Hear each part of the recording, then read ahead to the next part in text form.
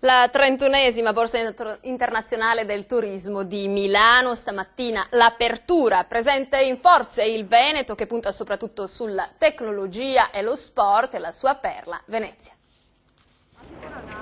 Forte del suo primo posto in classifica per numero di arrivi, il Veneto alla BIT torna a proporsi come meta turistica globale, dal mare alle Dolomiti, dalla cultura allo sport, ed è proprio lo sport il protagonista della nuova strategia della provincia di Treviso che quest'anno ospiterà i mondiali di mountain bike. Il percorso è quello classico del Montello e quindi un terreno non facile, un terreno per esperti, ma certamente un terreno ricco di fascino e di grandi aspetti di carattere territoriale. Treviso, la provincia dello sport?